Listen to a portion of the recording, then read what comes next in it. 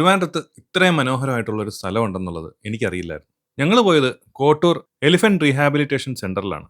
ഇവിടെ വലുതും ചെറുതുമായിട്ട് 10-12 ആനകളുണ്ട്. ഇവയെ കുളിപ്പിക്കുന്നതും ഫീഡ് ചെയ്യുന്നതും ഒക്കെ നമുക്കിവിടെ വന്നാൽ കാണാൻ പറ്റും. പക്ഷെ നിർഭാഗ്യവശാൽ നമ്മൾ വന്നപ്പോൾ ഇവിടെ ഉഗ്രം മഴയായിരുന്നു. കുറേ നേരം വെയിറ്റ് ചെയ്തു. പിന്നെ ഇവിടുത്തെ ക്യാൻറ്റീനിൽ വന്ന് ഊണൊക്കെ കഴിച്ച് റെസ്റ്റ് ചെയ്തു. മഴ തോർന്നപ്പോൾ തന്നെ നല്ല സമയമായി. അപ്പോഴേക്കും ആനകളെയൊക്കെ കൂട്ടിലേക്കാക്കിയിരുന്നു. എന്നാലും നമ്മൾ റാണയെയും മനുവിനെയും കുട്ടി ആമിനെയൊക്കെ കണ്ടു. നല്ല രസമാണ്. കാടിന് ചേർന്നുള്ള ഈ കോട്ടൂർ ആനസങ്കേതം. ഇവിടെ സർക്കാർ ടൂറിസ്റ്റിന് വേണ്ടി താമസിക്കാനായിട്ട് ക്വാർട്ടേഴ്സ് ഒക്കെ ഒരുക്കിയിട്ടുണ്ട്.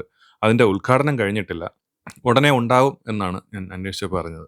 പക്ഷേ ഇതിനൊക്കെ കാട്ടും എനിക്ക് ഒരുപാട് ഇഷ്ടപ്പെട്ടത് ഇവിടുത്തെ ഈ ലേക്കാണ്. മഴ ആയതുകൊണ്ട് നമുക്ക് ആനകളെ ഫീഡ് ചെയ്യുന്നതും കുളിപ്പിക്കുന്നതൊന്നും കാണാൻ പറ്റിയില്ലെങ്കിലും ഇതേ മഴ കാരണം ഇവിടുത്തെ ക്ലൈമറ്റ് സൂപ്പറായിരുന്നു. നല്ല മിസ്റ്റും തണുത്ത ക്ലൈമറ്റും ആ ലേക്കിൻ്റെ ഭംഗിയൊക്കെ ആയിട്ട് ശരിക്കും എൻജോയ് ചെയ്തു എന്ന് തന്നെ പറയാം. ഇവിടെ പെഡൽ ബോട്ടിംഗ്, പിന്നെ ബാംബു റാഫ്റ്റിംഗ്, കുട്ടവഞ്ചി ഇതെല്ലാം ഉണ്ട്. റേറ്റ്സും വളരെ നോർമലാണ്. എന്നെ അത്ഭുതപ്പെടുത്തിയത് ഇവിടെ തിരക്കേ ഇല്ല എന്നുള്ളൊരു കാര്യമായിരുന്നു. ഇത്രയും മനോഹരമായിട്ടുള്ളൊരു സ്ഥലത്ത് ടൂറിസ്റ്റുകൾ വളരെ കുറച്ചേ വരുന്നുള്ളൂ. അപ്പോൾ ഇനിയും കോട്ടൂർ എലിഫന്റ് റീഹാബിലിറ്റേഷൻ സെന്ററിൽ വരാത്തവർ എന്തായാലും വരേണ്ട ഒരു സ്ഥലം തന്നെയാണ്. ഒരു ദിവസം ശരിക്കും എൻജോയ് ചെയ്യാം ഇവിടെ വന്നു കഴിഞ്ഞാൽ. അപ്പോൾ അടുത്ത വീഡിയോയിൽ കാണാം.